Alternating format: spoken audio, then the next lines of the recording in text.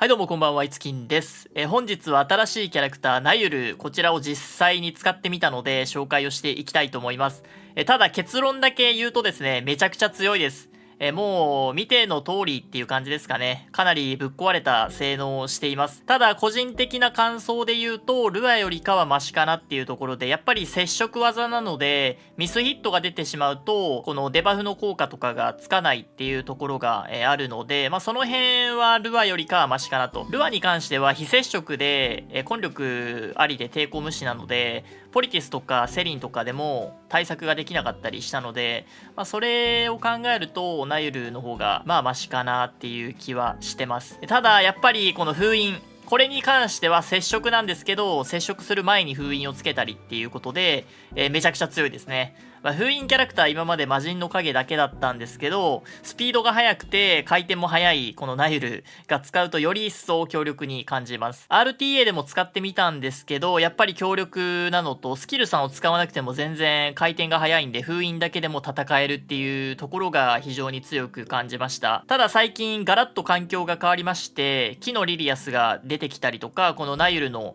高速デバフで反撃系が弱くなってしまったっていうこともあって、かなり激変している最中なので、対策もナユルに関してはすぐ出てくるんじゃないかなと思います。それでは戦闘を実際見ながらですね、今後の対策とかどういうキャラが出てくるのかっていうのを喋っていきたいと思います。はい、まずは闘技場でも使ってみました。先ほどはですね、導きをつけていたんですが、闘技場だったらナユルのモチーフ異物が強いと思います。確率は低いんですけど、やっぱり防御力ダウンっていうのはこのようにね、入ってしまうともう勝負がそれだけでついてしまうので、闘技場とか例えば RTA でもクリーブで使うっていう場合はこういう使い方の方がいいんじゃないかなと思います。でナユルもですね、ペイラーみたいな感じでクリ率を盛ればパベルを起動することもできるので、そういった点でも組み合わせ方が無限にあるキャラクターかなと思います。はい、こんな感じですね。一掃できます。はい、そして2戦目なんですが、新しく調整された光ドミニエルもかなり強力になってます。闘技場だったらナイルと全然セットで、使えると思うので、相手にリリアスがいる場合とかはセットで組み合わせてあげれば、今回上取れてるんですけど、仮に相手が速くても、上を取り返せると。で、非接触なので、そこから、ナイルの高速をつけたり、ランディに対しては封印もつけることで、クリティカルが出るという風な使い方もできます。いや、かなりね、今回のバランス調整は地味かなと思ったんですが、使えるキャラクターが思いのほか増えたかなという感じがします。ちょっとまだ覇者剣とかは研究中だったり、あとはカイロンですかね。持ってないんでちょっと試せないんですけど、カイロンも非常に使いやすくなったので、はい、このように簡単に処理ができると。その身に余る死を与えてはい、続いてはワールドアリーナです。この試合では相手がカウンターとして光ドミニエルを使ってきていて、確かに非常に相性がいいというか、追加ターンをナイルは使ってしまうと、全部解除されてしまうので、強制的にスキル1か2しか使えなくなります。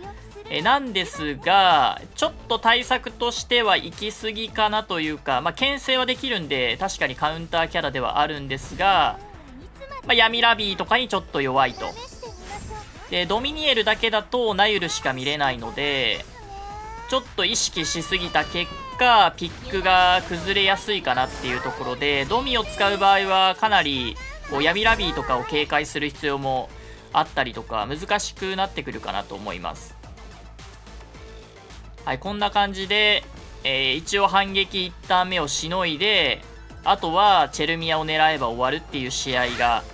作られやすいので、ちょっとその辺意識すればドミニエルも悪くないのかなと思います。で、今回はね、相手がエンジェリカとドミニエル両方取ってきたので、よりちょっと編成が偏りが出て、闇ラビーが非常に刺さる状態となっています。これでナイトが入ってればね、多少マシだったと思うんですが、こんな感じでまだ1日目だったんで、ちょっと相手も困惑しながらっていう感じだったんで、今後はもう少しね、楽にこうナイルを相手するようなピックが生まれてくるんじゃないかなと思います。はい、この試合ね、ほとんどスキル2しか使ってないので、それでも戦えてるっていうところが強いところではありますね。あとは光アーディンも割とナユルに出されると嫌なキャラクターで、今回はそれが嫌で自分で取っていたんですが、ナユルがスキル3が接触なので回避されると、攻撃反撃を食らうというところであんまり得意ではありません。ただうまく反撃を受けられるとですね、封印をつけられるので、逆にやられる可能性も出てきます。ただゲージアップがあるので、2回回避すればゲージアップ部分だけは1回発動するので、それで上を取り返して攻撃できるんであればそこまで不利ではないかなと個人的には考えてます。はい、こんな感じで、ようやくチェルミアが発動できましたが、体力が残り半分ということで、あんまりうまくねチェルミアが使えていなかった試合となります。もうナイルは十分仕事してくれて、最初のね封印つけた段階で役目を終えているので、それだけでも十分強い。相手にドミニエルとエンジェリカを出させた時点で仕事ができていると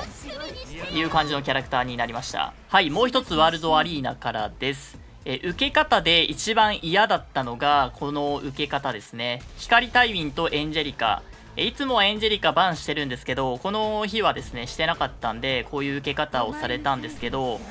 タイウィンに関しては1人でも割と受けやすいかなと思います。この段階で、消せるので、高速を全体ね消せるっていうところが非常に大きいかなと思うので、タイウィンで受けて狂気から相手に防御力ダウンを付与していくっていう受け方が多分結構流行ってくるんじゃないかなと思います。大会でもね光タイウィンの受けで、見事に試合をひっくり返していた試合多かったんで、そういう意味でもタイウィンがまた今後増えてくるかなっていうところですね。タイウィンであればナイトを兼任できますし、あとはデスティーナとかをね合わせて取っても強いと思うので、この2人で対策が一応できるかなっていうところがあります。根力に関してはねちょっと注意しないといけないんですけど、一応タイウィンだけいればそれも防げるので問題ないかなと思います。この試合もかなりギリギリの戦いではあったんですが、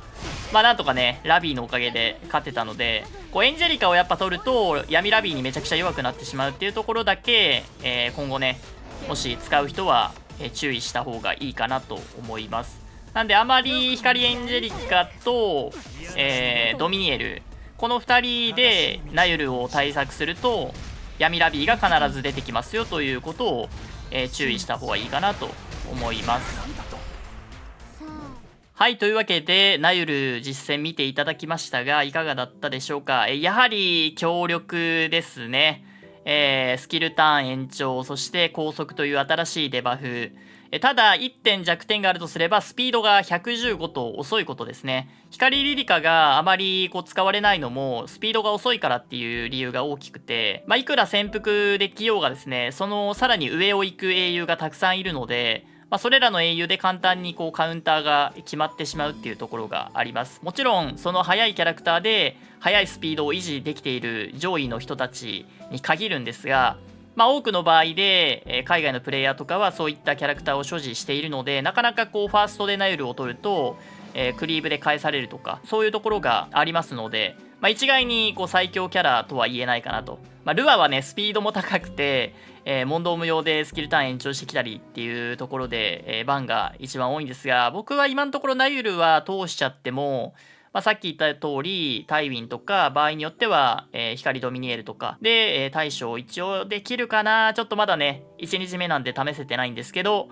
そのあたりでちょっと対処見ていこうかなと思います。とはいえ海外のプレイヤーもあまりにも強すぎるキャラクターという風に評価しているみたいなので、またこう運営から何かしらあるか分かりませんが、その辺はねちょっと待っておきましょうといったところで、もし皆さんもコメント何かありましたら、いただければと思います。このキャラ強すぎふざけるなみたいなんでも全然 OK なので、ぜひコメント残していってください。というわけで今回の動画以上となります。ご視聴ありがとうございました。